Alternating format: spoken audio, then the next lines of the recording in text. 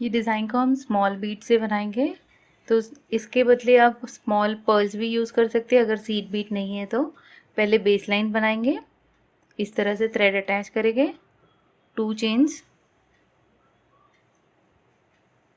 और फिर से फैब्रिक में single crochet, chain 2 single crochet से बेस लाइन बनाएंगे।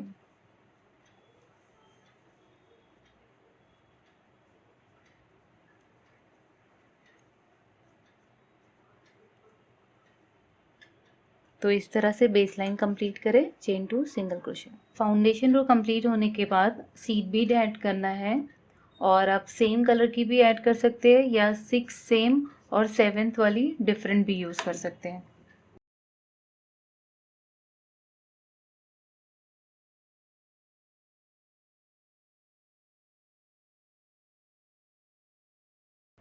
फर्स्ट पेज में हुक को इंसर्ट करते हुए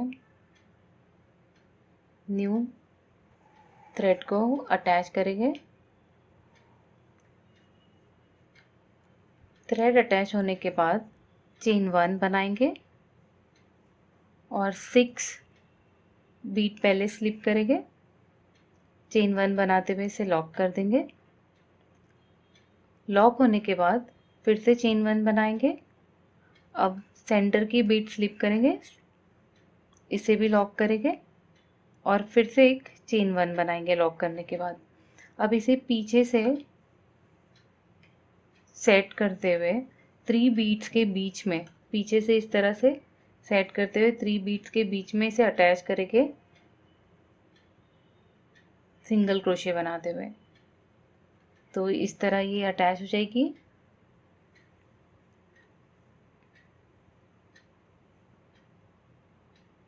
अब हमें ट्रेबल क्रोशे बनाना है, 2 टाइम रैप करेंगे, ये मॉडिफाइड ट्रेबल क्रोशे है। 2 स्पेसेस स्किप करेंगे, 1 2, थर्ड स्पेस में जाएंगे और ट्रेबल क्रोशे बनाएंगे। ये ट्रेबल क्रोशे में हमें पहले 1 लूप में से निकालना है, फिर 2 2 लूप्स में से निकालते जाना है इस तरह से। अब चेन 4 पिकॉट बनाएंगे, 1 2 3 4। चेन 4 बनाने के बाद ये जो यहाँ पर ट्रेबल क्रोशे है इसके ऊपर हमें सिंगल क्रोशे बनाते जाना है। तो जितनी इसकी लेंथ है उसके हिसाब से बनाएंगे। तो ये मैंने फर्स्ट सिंगल क्रोशे बनाया,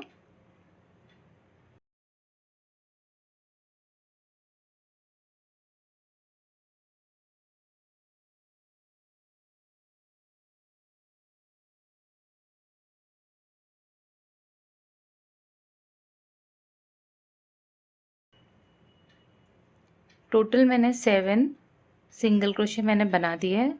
अब हमें सेम स्पेस में हुक इंसर्ट करते हुए इसे अटैच कर देना है इस तरह से। तो इस तरह से बीड्स अटैच होएगी और इस तरह से ये डिज़ाइन बनाते जाएंगे।